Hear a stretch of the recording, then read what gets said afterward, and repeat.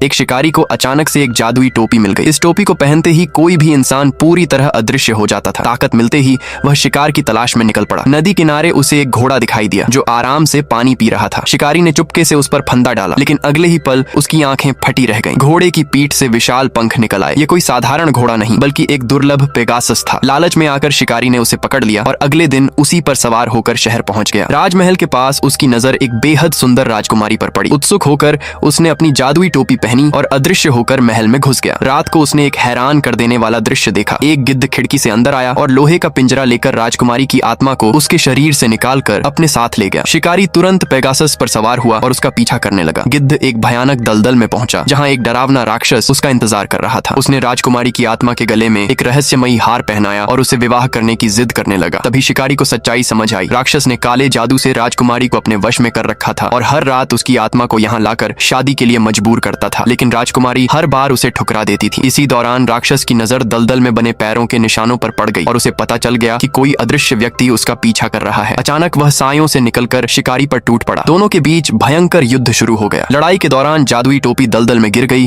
और शिकारी का सबसे बड़ा सहारा खत्म हो गया। फिर भी उसने हार नहीं मानी। आखिरकार उसने पूरी ताकत से तलवार चलाई और राक्षस की एक बांह काट दी। शिकारी वह कटी हुई बांह सबूत के तौर पर महल ले आया। राजकुमारी की जान बच चुकी थी और उसकी बहादुरी से प्रभावित होकर उसने उससे विवाह करने की सहमति दे दी, लेकिन उन्हें नहीं पता था कि असली खतरा अब भी बाकी है। घायल राक्षस अपनी मां के पास पहुंच चुका था और उसकी मां कोई साधारण औरत नहीं बल्कि एक बेहद शक्तिशाली जादूगरनी थी। अब बदले की कहानी शुरू होने वाली थी।